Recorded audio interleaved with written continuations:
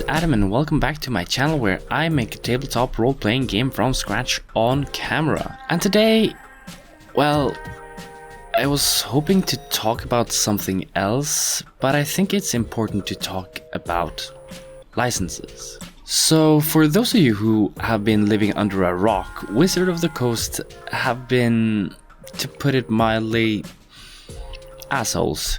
They've not only purchased D&D Beyond so they can license out D&D books to customers rather than buy them, they are rainbow washing and publishing racist content, and now they try to revoke the OGL license. I bet between the time I filmed this video and before I edit it, they've probably done something more stupid. Editing Adam here. So apparently, Wizards of the Coast revoked the OGL 1.0A license. Also, while posting a press release where they promised they wouldn't do it. Literally on the same day.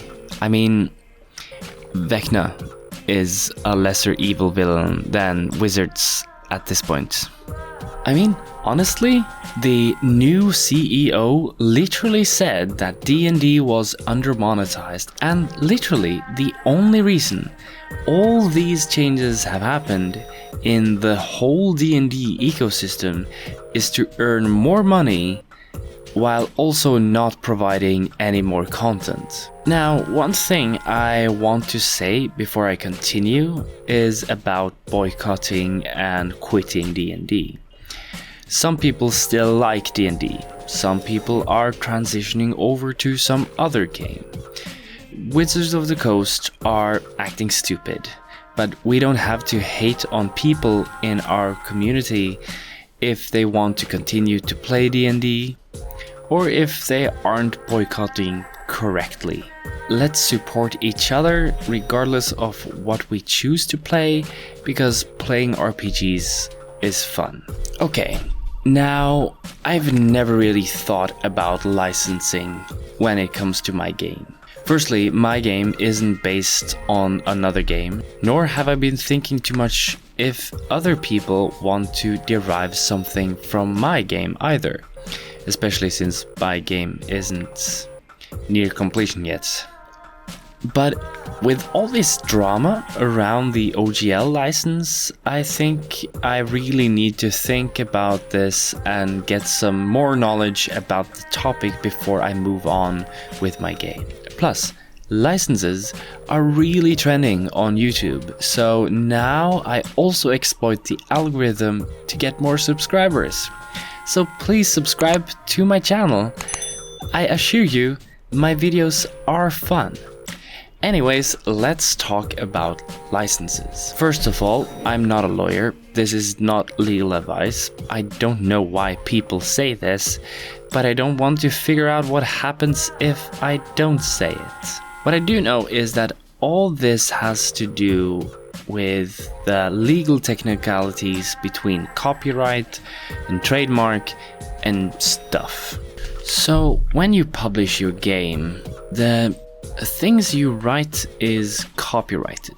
This means that nobody is allowed to recreate whatever you've written. However, your game rules and the mechanics cannot be copyrighted, because processes and methods cannot be copyrighted. This means that technically you can recreate the D&D 5e core rulebook with all the mechanics as long as the words you use aren't the same as what is written in the rulebook.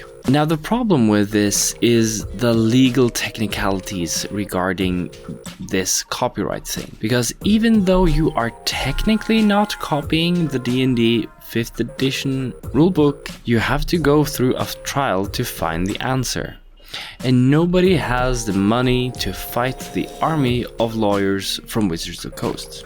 And this is the problem with the whole copyright issue. It has to be determined in the court in a case-by-case basis. You have to pay for lawyers and legal fees. You'll probably be compensated if you win, But do you trust that you will win? And do you have the funds to pay while the case is ongoing? This is where licenses come in. You can write a license that describes exactly what people are allowed to use and not, and to make it more clear what they are allowed to do. So how do you set up a license? I'm not an expert, and I'd expect that you pay a lawyer to help you with all of this. But the first thing to think about is, what do you want people to be able to use? Take my card mechanic thing I talked about last episode. And by the way, thank you so much for the feedback. I'm so inspired now. What about my cards would I want people to be able to use? The mechanic itself of using cards cannot be copyrighted, but the physical cards are. Nobody is allowed to produce them without my permission. Are people allowed to create their own cards? Yes, you're allowed to sell cards and write compatible with TTRPG and not use the exact pictures and text as my cards. But what if someone wants to make a virtual tabletop of my game? Would I allow them to make an app with the rules? If so, I could use a license that opens up for the text on the cards to be used, but not the pictures. That means that someone can reproduce the function of the card, but still won't be able to make a direct copy. That way, somebody can make an app with a different image and my rule text. The question now is, how would I like it if someone redesigned my cards, created some really fancy designs and sold them? The issue here is that the more you open up your game to be freely used, the more people can actually take your stuff and sell it as their own. Now, I'm no expert, but I haven't actually found anyone within the TTRPG community where people exploit games that are more open. I'd expect that if someone seriously wanted to create a fancy, high-quality version of my cards, they'd reach out for a collaboration rather than to navigate through legal loopholes. So for me, I'd be fine with at least all text on my cards to be free to use. And this is, after what I've gathered, the practice when making a TTRPG. You make your game and create two products. One is your fancy, nice book with the art and the design and everything, and the other is a system reference document, SRD, which is a plain text version which contains the rules and parts of the setting you want others to be able to use. The fancy book you protect under copyright, while the pure text version you apply a license to so people are allowed to use it. And that's where you need to consider what license to use. OGL is, well, it's kind of out of the question unless you're already heavily invested in creating something closely compatible with D&D 3rd or 5th edition. Paizo, as well as a majority of other big companies, have started creating an orc license. We don't know what it looks like yet, but it might be something that the TTRPG community needs. There is some criticism though, since this was exactly how the original OGL was created. The only difference is that the license will be owned by a non-profit organization rather than a game company. But that's about it. That leaves us with Creative Commons.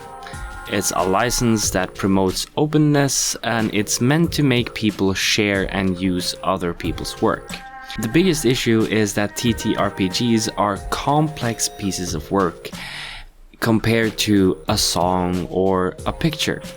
So it could be that the simpleness of the Creative Commons license doesn't fit.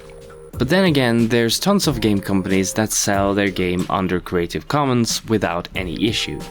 Currently, I want to promote openness, and I think that I want to use the Creative Commons license, specifically CC BY, which lets anybody use my rules for whatever they want as long as they credit me. And looking at the poll I posted a few days ago, it seems like people agree. So, did you find this useful or just more confusing? I certainly didn't know this was an issue until this drama happened. Next episode, however, I'm going back to some Trollskog stuff. Haven't decided fully yet, but probably something related to the setting. Anyways, as always, like and subscribe, and don't forget to share this with your GM, they'll probably like it. See ya!